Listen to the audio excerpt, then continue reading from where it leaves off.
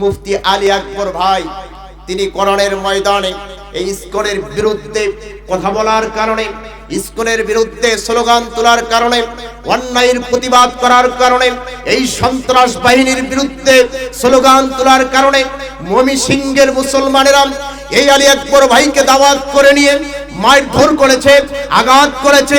এই ইসকনের 5টা গোলাম সন্ত্রাস বাহিনীরা। কথা বলেন, কথা ঠিক কিনা? আমরা আজকের মাহফিল থেকে এই অন্যায়ের প্রতিবাদ নিন্দা জানাই।